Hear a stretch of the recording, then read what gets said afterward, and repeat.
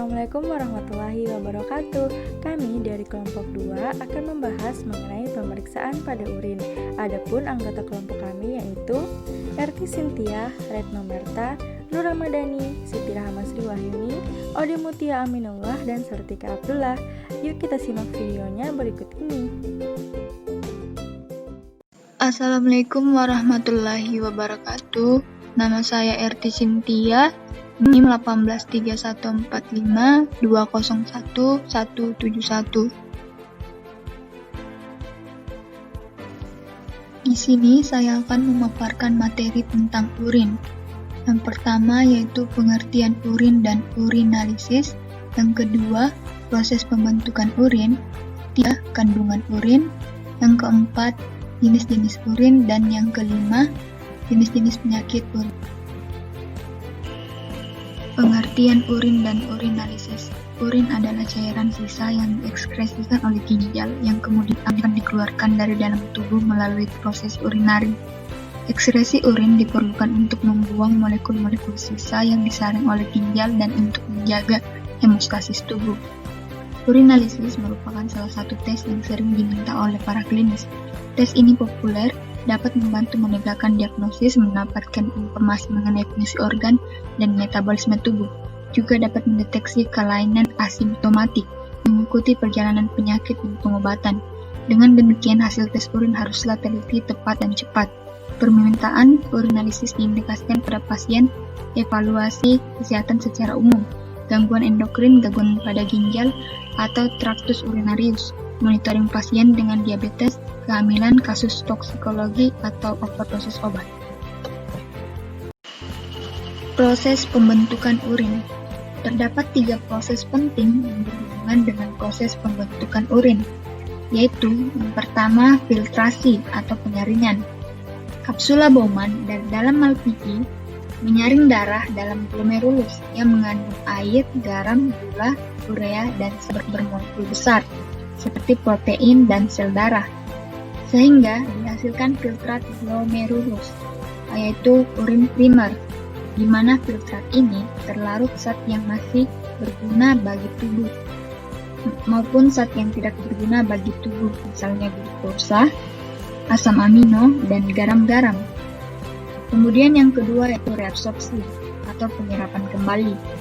Dalam tubulus contortus proximal, dalam urin primer yang masih berguna akan direabsorpsi kembali, dan yang dihasilkan oleh filtrat tubulus ini adalah urin sekunder yang memiliki kadar urea tinggi. Yang ketiga atau yang terakhir yaitu ekskresi atau pengeluaran. Dalam tubulus contortus distal, pembuluh darah menambahkan zat lain yang tidak dipergunakan lagi dan terjadi reabsorpsi aktif ion Na+ dan Cl, serta sekresi ion H+ dan K+.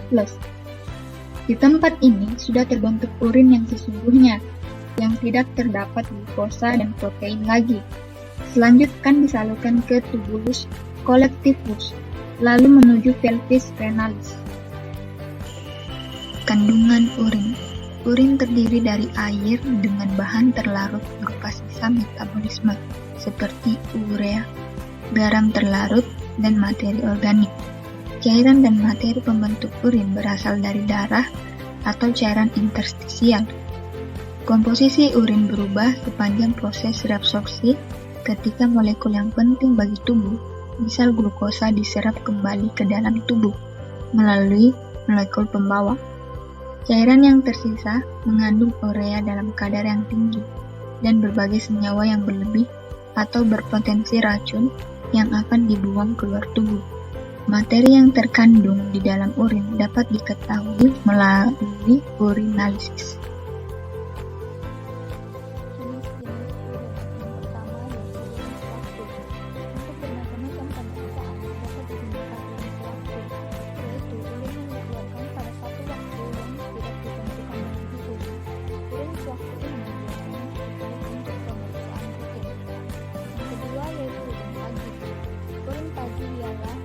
Urin yang pertama-tama dikeluarkan pada pagi hari setelah bangun tidur.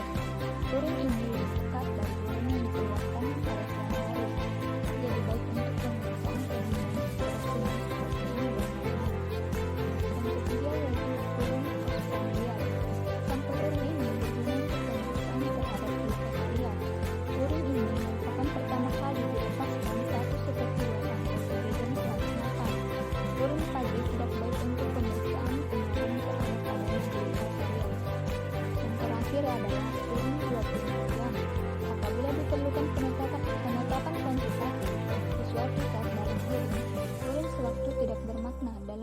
menghasilkan proses-proses metabolik dalam badan. Hanya jika urin itu dikumpulkan selama waktu yang diketahui, dapat diberikan suatu kesimpulan agar angka analisa dapat diandali, khususnya dipakai urin 24 jam. Jenis-jenis penyakit urin yang pertama yaitu nefritis, merupakan peradangan nefron oleh bakteri sehingga urin yang dihasilkan bercampur dengan nanah. Yang kedua yaitu uremia, adalah bercampurnya urea dengan darah. Yang ketiga yaitu diabetes insipidus, adalah bertambahnya pembentukan urin dalam tubuh karena kelainan fungsi ADH. Yang keempat yaitu diabetes mellitus atau kencing manis, adalah terbuangnya glukosa bersama urin karena kelainan fungsi insulin yang dihasilkan oleh pulau Langerhans dalam pankreas. Yang kelima yaitu albuminaria, adalah terbuangnya protein albumin bersama urin karena adanya kelainan pada glomerulus. Yang terakhir yaitu kencing batu, adalah terbentuknya butiran-butiran CaCO3 pada vesika urinaria sehingga kencing menjadi sulit dan bercampur dengan darah karena vesika urinaria terjadi luka. Hal ini disebabkan adanya kelainan pada fungsi parathormon yang dihasilkan glandula paratiroida atau kelenjar anak kandung. Materi selanjutnya akan dibawakan oleh pemateri selanjutnya. Assalamualaikum warahmatullahi wabarakatuh. Hai, perkenalkan nama saya Retno Marta dengan NIM 183145201166. Tahukah Anda faktor apa saja yang dapat mempengaruhi pemeriksaan pada urin? Faktor yang pertama diakibatkan oleh penggunaan obat-obatan tertentu. Faktor yang kedua disebabkan karena adanya stres, baik itu stres fisik maupun emosional. Demam, infeksi, trauma, tirah baring, obesitas itu dapat meningkatkan kadar glukosa dalam darah. Selanjutnya disebabkan oleh muntah dan aktivitas yang berlebihan. Muntah dan aktivitas berlebihan ini dapat menurunkan kadar glukosa dalam darah. Kemudian faktor selanjutnya yaitu usia, di mana orang lansia memiliki kadar glukosa darah yang lebih tinggi sehingga sekresi insulinnya menurun karena proses penuaan. Hal itulah yang dapat mengakibatkan atau yang dapat mempengaruhi hasil laboratorium pada urin. Macam-macam pemeriksaan pada urin. Pemeriksaan pada urin dilakukan dengan menggunakan 3 metode. Metode yang pertama yaitu pemeriksaan makroskopik, yang kedua pemeriksaan mikroskopik, dan yang ketiga pemeriksaan kimiawi.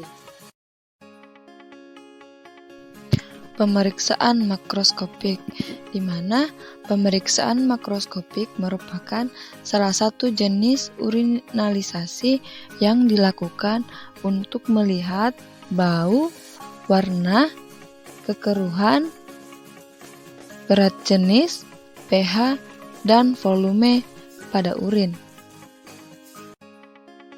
Pemeriksaan bau pada urin. Bau pada urin terdiri dari beberapa jenis. Yang pertama itu normal, di mana bau normal itu beraromakan aromatis. Kemudian bau amoniak, yaitu berasal dari perombakan ureum oleh bakteri pada infeksi ureter. Yang ketiga bunga layu, yang disebabkan oleh ketonuria. Selanjutnya, bau busuk. Bau busuk diakibatkan karena adanya perombakan protein pada ureter. Dan yang terakhir, bau yang berasal dari makanan dan minuman. Warna urin normal yaitu berwarna kuning muda, di mana warna ini berasal dari pigmen urin urochrom dan uribil yang dipengaruhi oleh makanan dan minuman. Faktor yang mempengaruhi warna pada urin. Yang pertama, konsentrasi urin. Makin pekat urin, maka makin gelap pula warna pada urin. Yang kedua, keasaman pada urin. Keasaman urin alkalis, maka warna pada urin akan makin gelap. 3. Pigmen-pigmen abnormal yang terdapat dalam urin dan obat-obatan. Yang pertama, warna merah. Warna merah disebabkan adanya darah dan porfobilin dan obat pada urin. Kemudian warna hijau disebabkan karena adanya kuman. Warna coklat karena terdapat bilirium atau seperti air teh dan hematin. Dan warna hitam dia diakibatkan karena darah dan obat. Kemudian warna seperti air susu disebabkan karena adanya geta prostat dan chilus atau lemak dan bakteri.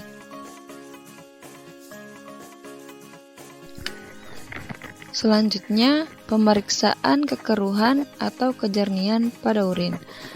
Normalnya, bila jernih, mungkin disebabkan oleh bakteri, kristal, fosfat, urat, eritrosit, dan epitel. Untuk molekulernya, urin jernih jika dibiarkan atau didinginkan menjadi keruh, ringan karena ada endapan lendir, urat, fosfat, epitel, leukosit, dan bakteri.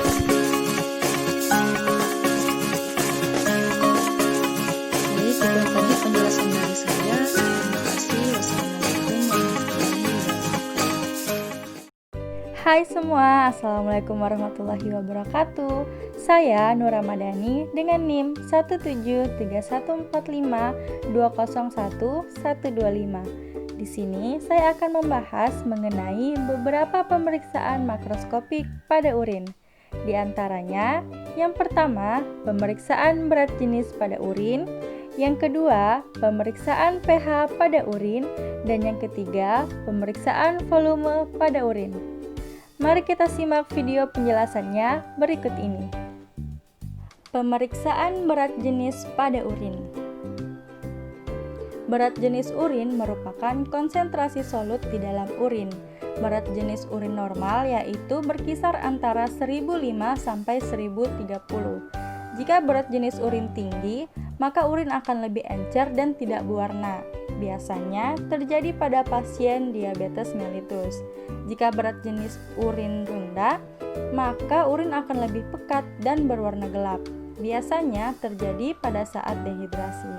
Komponen yang mempengaruhi berat jenis urin yaitu adanya molekul yang berukuran besar seperti protein dan glukosa.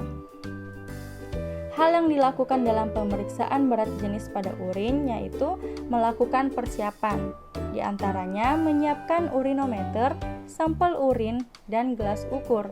Prosedur yang dilakukan, pertama, masukkan urin ke dalam gelas ukur. Kedua, masukkan urinometer ke dalam gelas ukur yang telah berisi urin. Dan yang ketiga, baca berat jenis urin pada skala urinometer. Pemeriksaan pH pada urin.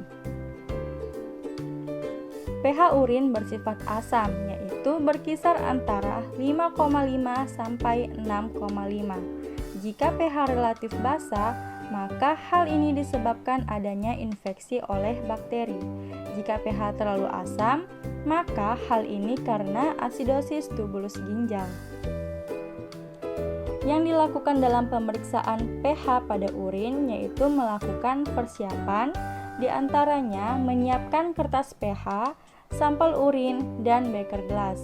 Prosedur yang dilakukan, yang pertama, masukkan urin ke dalam beker gelas. Yang kedua, ambil kertas pH strip.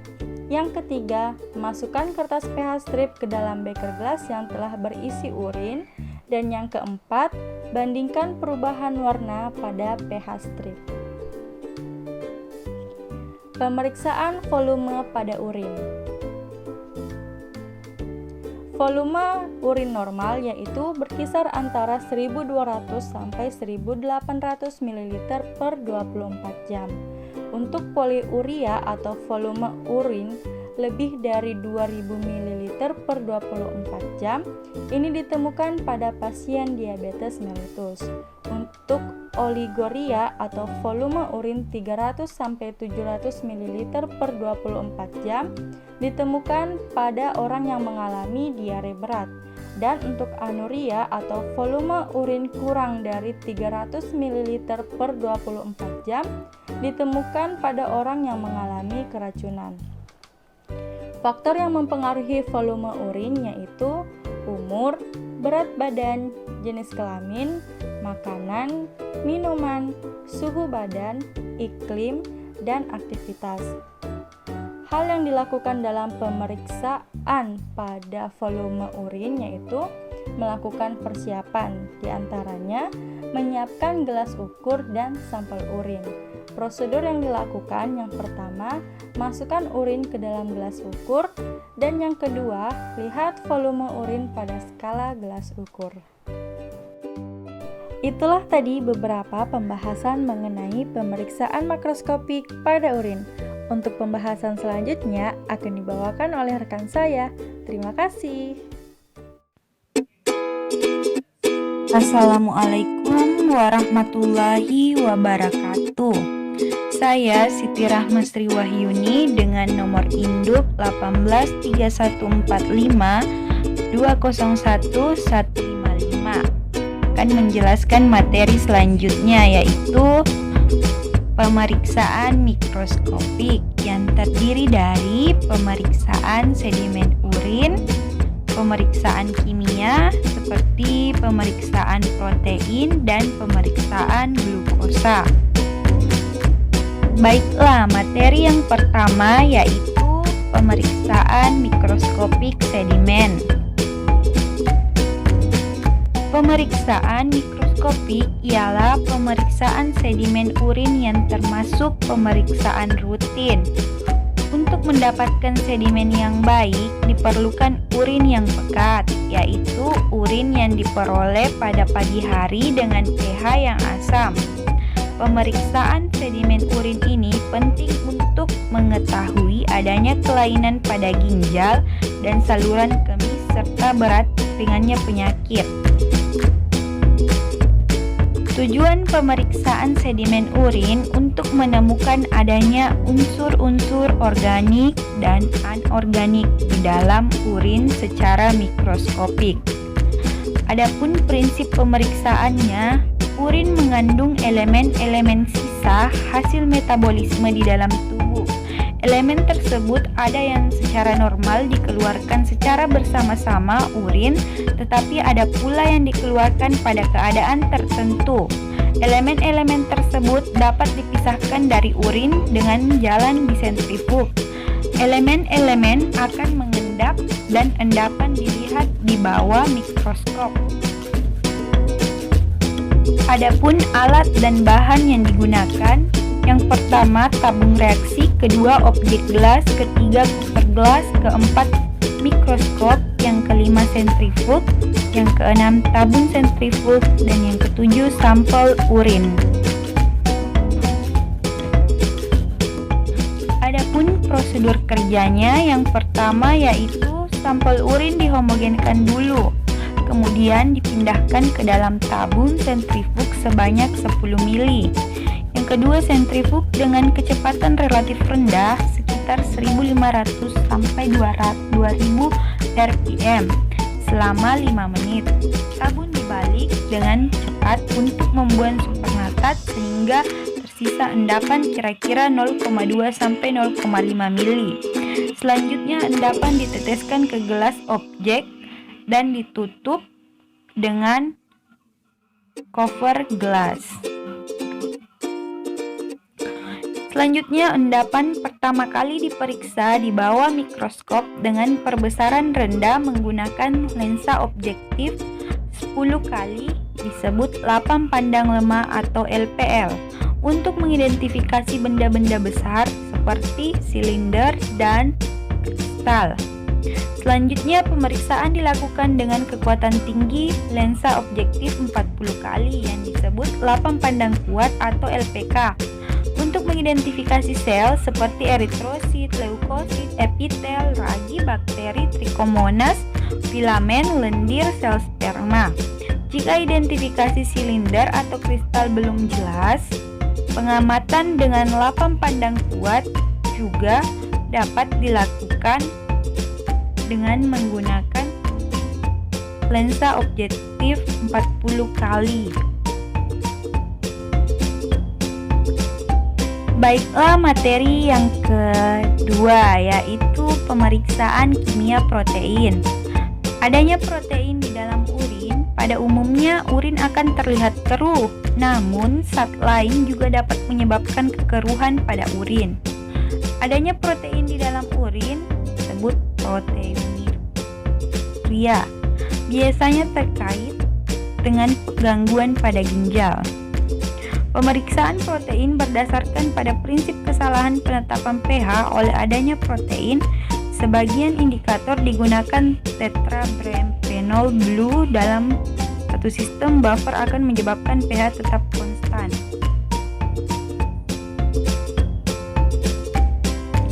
Akibat kesalahan penetapan pH oleh adanya protein, urin yang mengandung albumin akan bereaksi dengan indikator, menyebabkan perubahan warna hijau muda menjadi hijau. Indikator tersebut sangat spesifik dan sensitif terhadap albumin.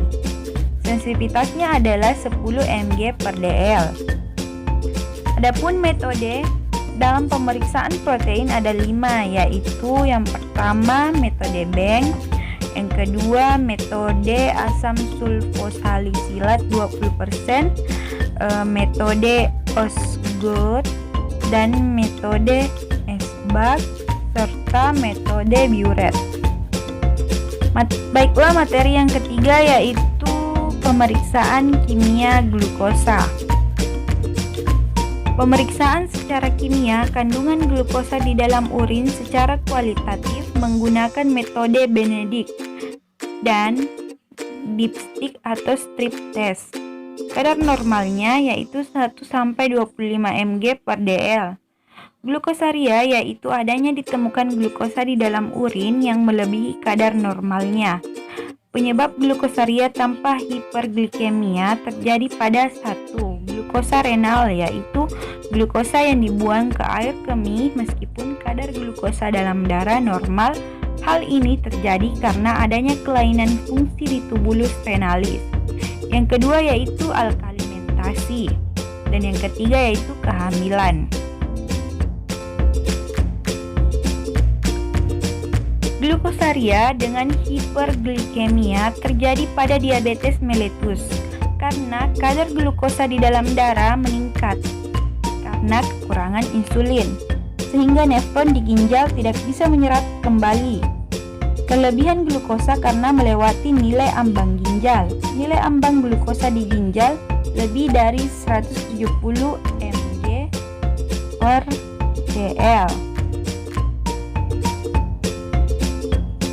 Adapun metode yang digunakan yaitu yang pertama metode Benedict. Alat yang digunakan yaitu tabung reaksi, lampu spiritus, penjepit kayu, pipet tetes, dan gelas ukur.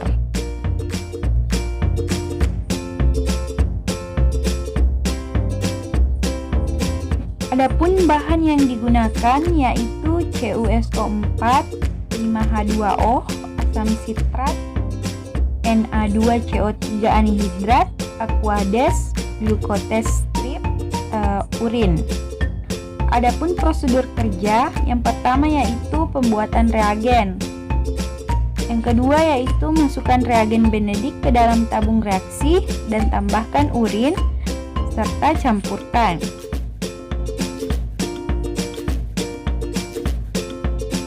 Letakkan dalam penangas air selama 2-3 menit.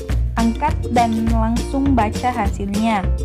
Glukosa dan fruktosa memiliki sifat reduksi sehingga warna Benedict akan berubah yang disertai endapan. Semakin banyak kandungan glukosa maka akan semakin merah dan endapan semakin banyak.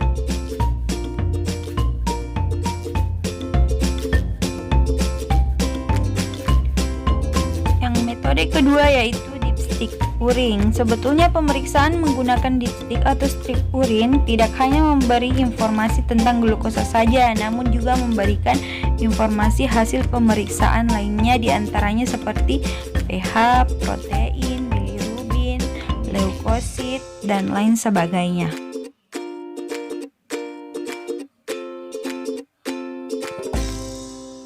Baiklah, itu materi dari saya. Terima kasih. Lebih dan kurangnya mohon dimaafkan. Wabillahi taufiq wal hidayah. Wassalamualaikum warahmatullahi wabarakatuh. Hello. Perkenalkan, nama saya Ode Mutia Aminullah dengan NIM 1835452011165.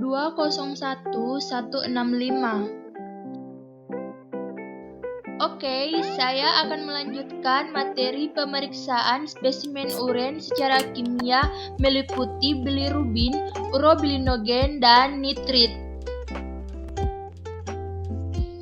Apa sih itu bilirubin, urobilinogen, dan nitrit? Terbentuknya bilirubin akibat adanya penguraian hemoglobin ditransfer menuju hati dan diekskresikan dalam bentuk empedu. Bilirubin terbagi atas dua. Yang pertama yaitu bilirubin tidak terkonjugasi, di mana bilirubin yang ditransfer ke hati berupa bilirubin tidak terkonjugasi yang melekat pada albumin. Setelah berada di dalam hati, ikatan bilirubin tidak terkonjugasi dilepas, kemudian berikatan dengan asam glukuronat dan membentuk bilirubin terkonjugasi. Yang kedua yaitu bilirubin terkonjugasi, di mana bilirubin terkonjugasi larut dalam air sehingga bilirubin dapat muncul pada urin. Yaitu urobilinogen. Urobilinogen dihasilkan dari bilirubin yang mengalami konjugasi di area duodenum dengan bantuan bakteri usus. Sebagian besar urobilinogen dikembalikan ke hati melewati aliran darah untuk selanjutnya diproses menjadi empedu dan 1% akan diekskresikan lewat ginjal berbentuk urin. Selanjutnya yaitu nitrit. Nitrit merupakan pemeriksaan tidak langsung untuk infeksi saluran kemih karena sering adanya bakteri dalam urin tanpa ada gejala dan mengikat kalau tidak diobati menimbulkan kerusakan pada ginjal. Beberapa bakteri patogen urin yang mampu mereduksi nitrat menjadi nitrit sehingga tes nitrit menjadi positif jika jumlah bakteri mencapai 105 sampai 106 per mililiter. Beberapa bakteri tersebut meliputi E. coli, Klebsiella, Enterobacter, Proteus, Staphylococcus, dan Pseudomonas. Oke, kita lanjut ke metode pemeriksaannya. Metode pemeriksaan kadar bilirubin dan urobilinogen urin dapat diperiksa melalui urinalisis secara kimiawi dengan menggunakan uji strip reagen. Penelitian ini bertujuan untuk mengetahui gambaran bilirubin dan urobilinogen urin pada pasien dengan penyakit tertentu. Kita masuk ke cara kerjanya. Yang pertama yaitu terlebih dahulu kita siapkan alat dan bahan. Yang kedua, dimasukkan 5 ml sampel urin ke dalam tabung reaksi kemudian ditutup menggunakan gabus. Yang ketiga, kocok kuat-kuat urin tersebut sampai berbusa. Dan yang keempat itu kita amati hasilnya. Di mana reaksi diinterpretasikan dengan membandingkan warna yang dihasilkan pada strip reagen dengan bagan warna yang disediakan oleh produsen. Kuat atau lemahnya warna yang dihasilkan berhubungan dengan konsentrasi zat dalam urin. Selanjutnya yaitu uji nitrit. Metode pemeriksaan berdasarkan perubahan nitrat menjadi nitrit. oleh aktivitas bakteri dalam urin, waktu minimal untuk inkubasi bakteri dalam kandung kemih selama 4 jam untuk merubah nitrat menjadi nitrit, sehingga nitrit positif sebagai indikasi kultur urin kecuali ada kesalahan penyimpanan sehingga ada pertumbuhan bakteri kontaminan.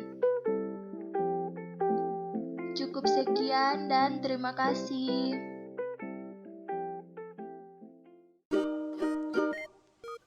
Hai, saya Sartika Abdullah dengan NIM 1831452011170.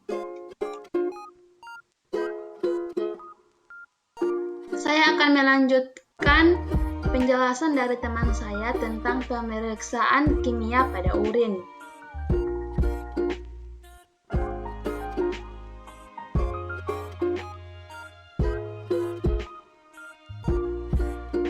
Pemeriksaannya terdiri dari leukosit, esterase, dan keton.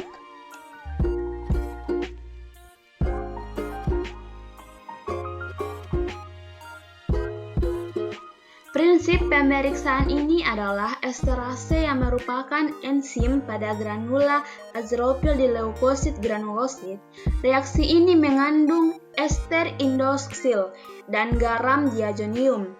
Dengan pembentukan oleh esterase leukosit dengan garam diazonium pada reaksi ini, hasil dari azodi menyebabkan perubahan warna dari coklat menjadi warna ungu.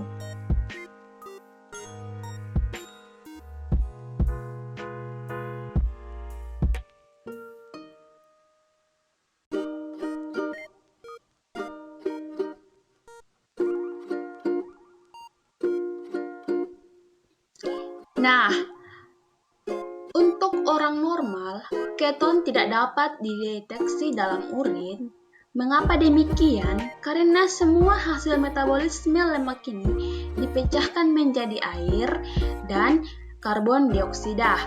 Dalam praktisi klinik, pemeriksaan ketonuria sering diminta pada pasien yang mengalami diabetes mellitus.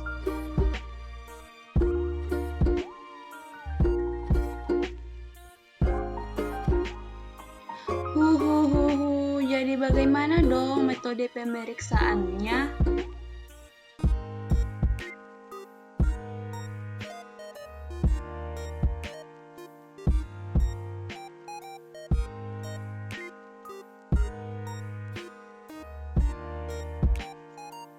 Nah, untuk metode pemeriksaannya sama seperti yang telah dijelaskan oleh teman saya sebelumnya, yaitu dengan menggunakan uji strip reagen atau dipstick yang berupa strip plastik tipis yang ditempeli kertas seluloid yang mengandung bahan kimia tertentu sesuai jenis parameter yang akan diperiksa.